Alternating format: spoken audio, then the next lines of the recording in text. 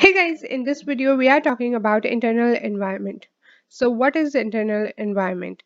Internal environment of an organization consists of things which resides within the boundaries of organization.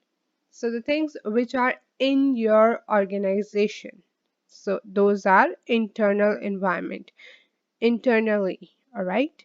And then there are three factors that we are going to talk about in this video. First one is management. Management is your CEO, board of directors, basically your upper management, right? People who are in position. Those are management.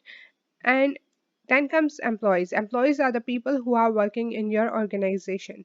Also, please note, management and culture has significant influence on employees. They can make them they can make them work and be motivated or demotivated.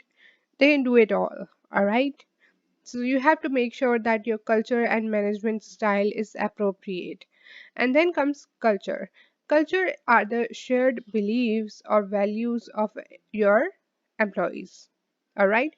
There are two types of culture. First one is visible. Visible is something you can see right away. All right. And it is embedded among the people, but it's not really deep. Whereas invisible is something you cannot really see, but deep, it's deeply embedded among the employees.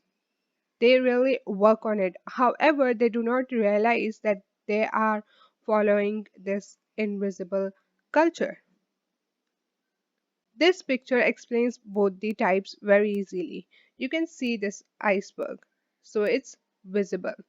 However, you can't see this one because it's underwater, so it's invisible. So visible is eating habits, dress, language, traditions, architecture. Invisible is your social rules, motives, values, morals, attitudes, and beliefs. Alright, so that's it for this video. I really hope you guys liked it. If you did, make sure to give this video a thumbs up. Do subscribe and share, and I will see you guys in my next video. Bye guys!